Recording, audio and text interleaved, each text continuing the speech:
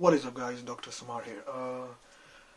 For those of you who are coming here for the first time, I am an IMG. I'm here in London. I'm preparing for plab exam. You can follow me in my journey and subscribe to the channel, and we'll see how the progress goes so far. I am writing in September, so we'll see how it goes. But anyways, this video wasn't related to plab preparation or anything preparation-wise. This is more something I wanted to share with you. We live in a world of technology, and among all the tools we have for technology, we're mostly on our phones. I know I've read somewhere, based on evidence, that we spend at least 3 hours on our phone every day. Every freaking day. Why not share the apps? Research some apps, share them, which could be beneficial in many ways, since we are all medical students. And even though I'm not a student anymore, a doctor is always a student for life. So that is always going to stay stagnant, stationary. Even if you become a doctor, you become a consultant, you'll always be a student, because facts are always discovered, new diseases are discovered, and more advances in science and medicine is done every freaking day. Now, I divided this video into 3 sections based on the type of apps. Now, before I go into each of the sections, disclaimer, I do use an Android phone, so these apps are in the Google Play. I don't know if they are on the iOS store. You can check them out yourself. I'll put the names of each of the apps down in the description box.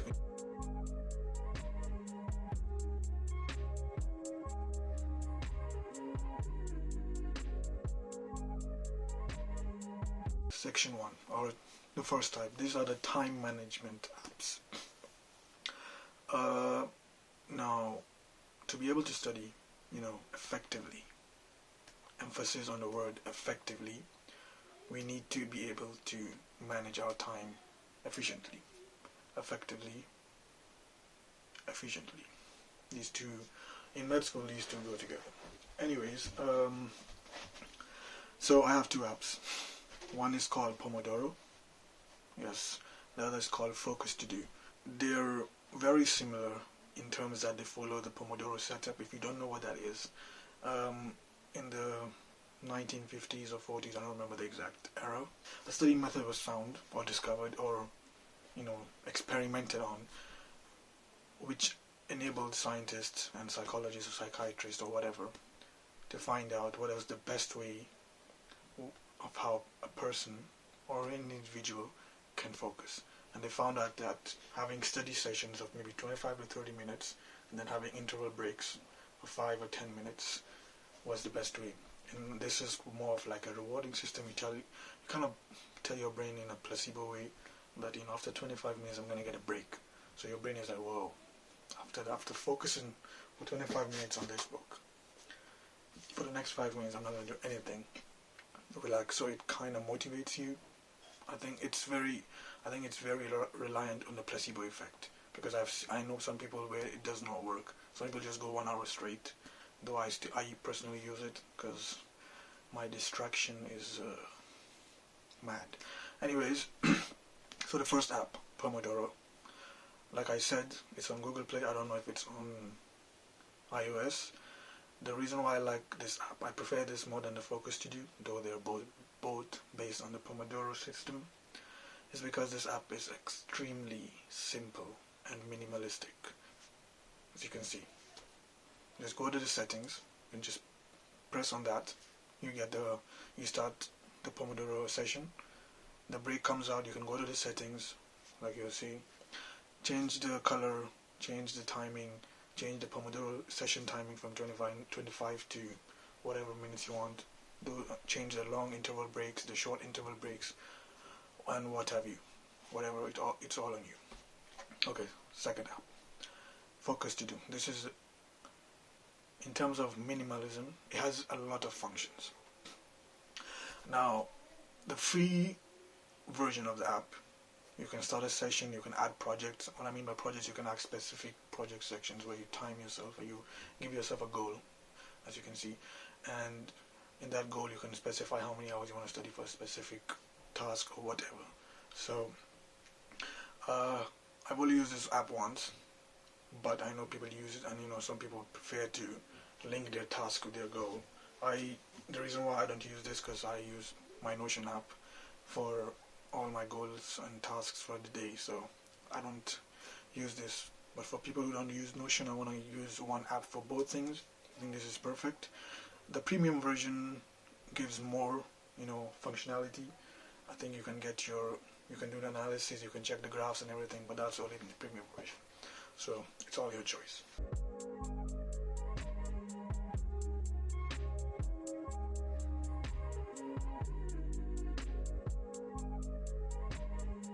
So now let's come to the part 2. I didn't know how to name this section, so I just went with study tools. Now, what I mean by study tools is these are apps which can help you in studying, be it flashcards, be it note taking, be it PDF readers, in that context.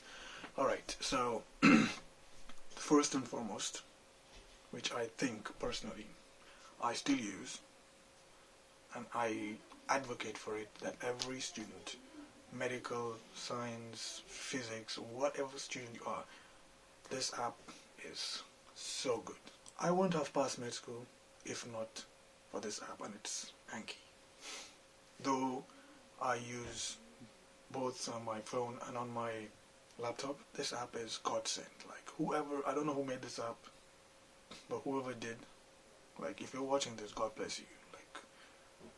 God bless you. So you can either import the cards through your laptop, that's what I normally do, or you can just sign in on the app version on your phone, and there's Anki cloud on their system on the internet, and if you have cards on there, you can just import them from the cloud as well. So very easy. As you can see, I have so many cards due. Don't even ask. You can change the color to night mode. I know this app is free on Google, and I'm 100% sure it's not free on iOS. So Android 1, iOS 0. I'm sorry, I had to say that. There's this app called Xodo. I don't know if you pronounce it as Xodo or Xodo, or however you want to pronounce it. It is a PDF reader or an editor, and my God, is it good, and it's free. I love the fact that it's very easy. You see how you can just change the views of all the documents you have. You can change the color of how you want to read the book, and most apps only have 3 colors. You have white background with the black font, black background with a white font, or the brown, wooden kind of feel. But look at this. There's so many different settings for you, and that is just amazing. Because I know that in the night we all have different settings in which we want to read a book. I'm telling you, if I'm reading something that's like a novel or a book, I want to have a different view on it. If I'm reading a textbook, I want to have a different view on it. So it all depends on how your eye perceive it. So I like that. Secondly, as you can see, you can edit, you can highlight, you can add sticky notes, you can add bookmarks. It is a highly functional PDF reader on the mobile. And what else do you need? Thirdly, which is one of my favorite features, you can open multi-tabs. As you can see, I have 3 tabs open right now. So instead of me to go back, let's say you're reading physiology, let's just assume, and you have 2 different books. In most apps you have to go back, or maybe if your phone has a feature of, I think every phone has a feature of, multi, apps, you can just switch to another one. But the same app has 2 tab features. Just click on another tab, and boom. So amazing. Alright, thirdly is there's no prescribed description, precise description, because this app is everything. It's Notion. I'm sure you know it. I do everything on this app. My daily goals, my daily to-do list, my YouTube videos, my plab study schedule, my revision schedule. And once you sign in on your mobile app, everything that's already linked like you did on your PC just moves to the phone. So I can be anywhere in the world and I know what I need to do because all the information is there. And every template you see on the Notion PC app, it's also on the mobile app. So I think this is it's a very important app because it kind of also motivates you to do things because you're seeing so many templates, so many people made these templates, so they must have been doing something right. And this, so it kind of motivates you to do the same. So I feel like you need to have this app. Alright, lastly, in this section we have this app called Medicos. And this app is generally a game changer. Let's say, for example, you need a book. You go on Google, you type in Pathoma or PDF. It's very hard to find, or you just write Pathoma free PDF, or you write hematology free PDF, or biochemistry lung free PDF.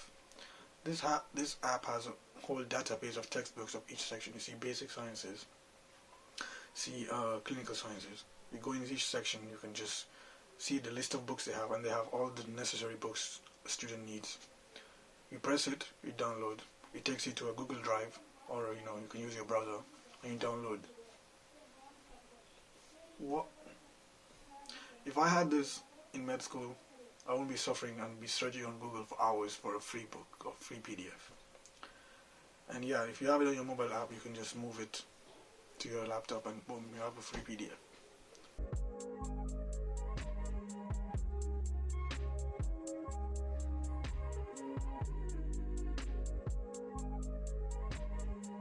Okay, so now we come to the section 3.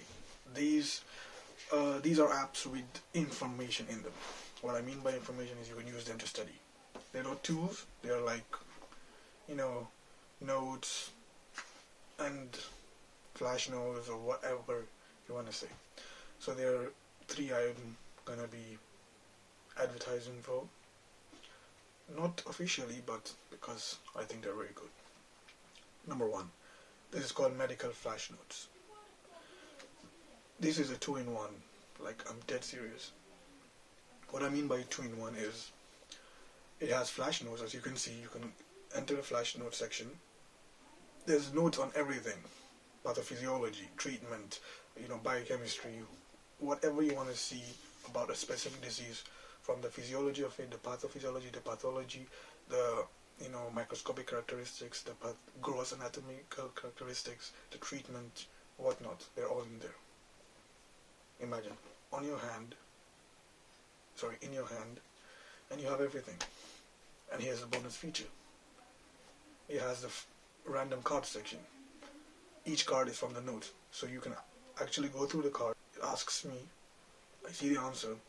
If I choose wrong, it'll save it into my flashcard. So if you go back to the main menu and you see my flashcards, it'll go there. So if you don't want to make Anki cards, you're finding it hard to get free Anki cards, well, here are free ones. So 2-in-1, a very good app. Alright, an app called Clinicals. From the name, all information about history taking, physical examination, step-by-step processes, step-by-step. And I think this app is very good in case you're in the hospital, you're doing your rounds, and the teacher just asks you a random question, how am I going to do a clinical examination of this? If a person is having a chest pain, what am I supposed to do first? Should I follow the Socrates, or all the methods of physical examination are there. So it's a very good app. You don't need to have a textbook. You can just use this app when you're in the hospital. Just revise on the steps of taking history and anything else related to clinical examination. Okay, so now lastly we have this app called All Medical Mnemonics. From the name, it's an app that has mnemonics on every disease. I know making mnemonics is a personal thing. You have to kind of link a personal feeling or an idea or something that is in your experience to this mnemonic to instigate a memory, But sometimes it's hard to do that. Now, someone has already made so many good mnemonics. You can choose the ones you feel are easy. You can choose the ones you don't like, just leave them and make your own. Or you can use them as inspiration and make your own as well. So, someone sat down and made a whole app on it. So, I feel like I should have shared it. I wish I knew about this app, but now I do know. I've been using it. What you can do is, if you're making cards, you can add the mnemonic to your cards, in the extra section. Or when you're studying a subject, you can just use it as well. So, I think that is freaking amazing. And yeah, so these were the apps I think I touched. These are the ones I feel like are very important, or they are very useful, and there are some that I think you should have. If you don't want all of them, I feel like having Anki, and Notion and the Xodo app are they're very important. You should have these three, especially Anki. Do not, as a student, you need to make the habit of using flashcards, because you have so much information, in these books that you have to recall, remember, and it's very easier if you have a process of, solidifying this information in your head. And yeah, so anyways, if you like this video, please do give it a thumbs up. If you haven't, if it's your first time coming here, please do subscribe. And yeah, I'm a huge fan of Ichiko Kurosaki. He's right over there as well.